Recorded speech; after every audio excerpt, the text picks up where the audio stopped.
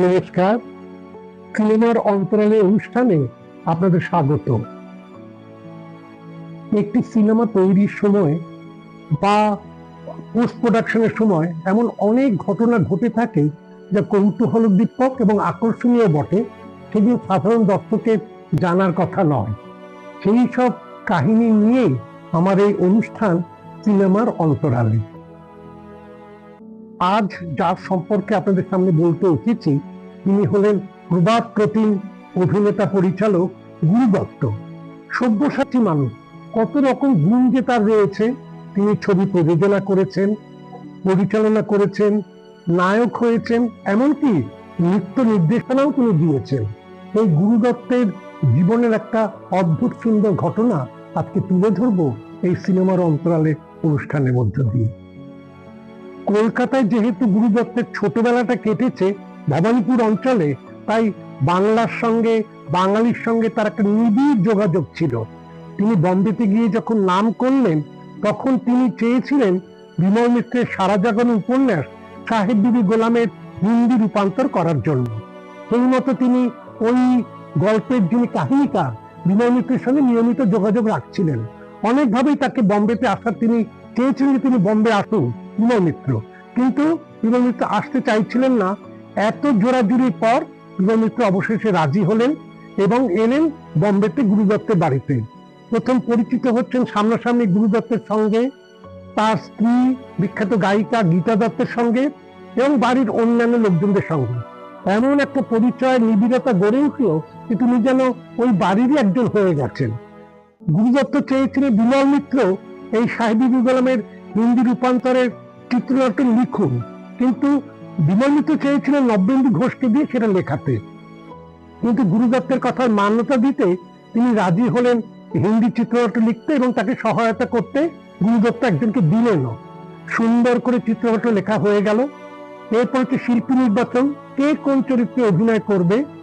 সেখানে ভূতনাথের চরিত্রের জন্য নির্বাচিত হলেন গুরু দত্ত, পটেশ্বরীর ভূমিকায় নির্বাচিত হলেন মীনা কুমারী, ছোটে নবাবের ভূমিকায় নির্বাচিত হলেন রেহমান। তাহলে জবা চরিত্রটি কে করবে? অনেক কথাবার্তার পর ঠিক হলো ওই রোলটি করবেন ওয়াহাবিয়া রেহমান। একদিন গীতা দত্ত বিমল মিত্রের কাছে জানতে চেয়েছিলেন যে জবা চরিত্রের জন্য কে নির্বাচিত হয়েছেন। বিমল মিত্র তখন জানালেন যে ওই চরিত্রের জন্য নির্বাচিত হয়েছেন ওয়াহাবিয়া রেহমান। গীতা দত্ত বললেন, বম্বেতে কি আর কোনো নায়িকা ছিল না? আসলে তখন এই ওয়াহাবিয়া রহমানকে কেন্দ্র করে গুরু দত্ত এবং গীতা দত্তের মধ্যে সম্পর্কে একটা তীর ধরতে শুরু করেছে। কিন্তু আলটিমেটলি গীতা দত্তর অঙ্গটুকু না রেখেই ওয়াহাবিয়া রহমানকেই জবার চরিত্রের জন্য নেওয়া হলো। ছবির শুটিং হলো, পোস্ট প্রোডাকশনের কাজ হলো, তারপরে ছবিটি মুক্তির জন্য তৈরি হয়ে গেল।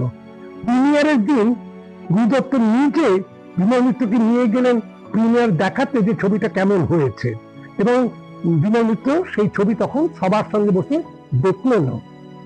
ছবি প্রিমিয়ার হয়ে যাওয়ার পর সদল বলে সবাই গেলেন বিখ্যাত পরিচালক কে আসিফের বাড়িতে। কে আসিফও এই ছবিটি সেদিন দেখেছিলেন, তার বাড়িতে ছিল ডিনার পার্টি। সকলের মতামত জানতে চাওয়া হলো ছবিটা কেমন হয়েছে। কে আসিফ বললেন ছবিটা খুবই ভালো হয়েছে, তবে ছবির শেষটার পরিবর্তন হওয়া দরকার। এই কথা শোনার পর গুরু দত্তের মনটা একটু খারাপ হয়ে গেল যে এত কষ্ট করে একটা ছবি তৈরি করলেন, তার শেষটা বদল হওয়া দরকার ছিল। তখন বিভিন্ন জনের মতামত নেওয়া হলো। কেউ কেউ বললেন না, শেষটা ঠিকই আছে, আবার কেউ কেউ বললেন বদল হওয়া দরকার আছে।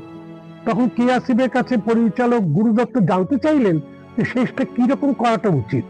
তখন কে আসিফ বললেন এইরকম করলে ভালো হয় যে পটেশ্বরীর চিত্ত পরিবর্তন হয়েছে, তিনি মদ খাওয়া ছেড়ে দিয়েছেন এবং ছোট কর্তার সঙ্গে একটা সুখী দাম্পত্য জীবনে তিনি প্রবেশ করেছেন।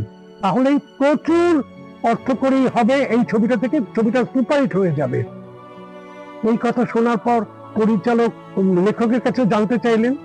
লেখক তো জানেন যে এর তো গল্প উপন্যাসটা তো খুবই জনপ্রিয় হয়ে আছে, পাঠকের মনে দাগ কেটেও রয়েছে। তা এখন যদি প্রযোজকের জন্য, প্রযোজকের সাফল্যের জন্য কিছু গল্পের পরিবর্তন করতে হয় তা হবে। সেই মতো তখন আবার নতুন করে শেষ পোর্শনের শুটিং এর তোড়জোড় শুরু হয়ে গেল। চিত্রনাট্য লেখা হলো, মীনা কুমারীকে জানানো হলো পরিচালকও তৈরি হয়ে গেলেন আবার এই নতুন করে শেষ পোর্শনটা তৈরি করার জন্য।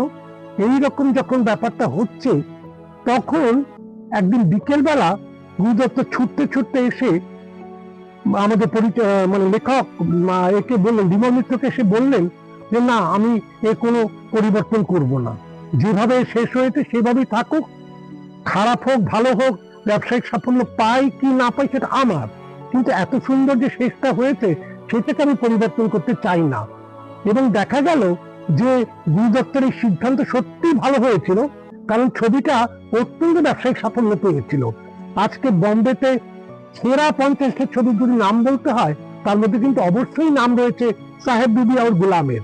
এত ভালো ছবি গুরুদত্ত তৈরি করেছিলেন।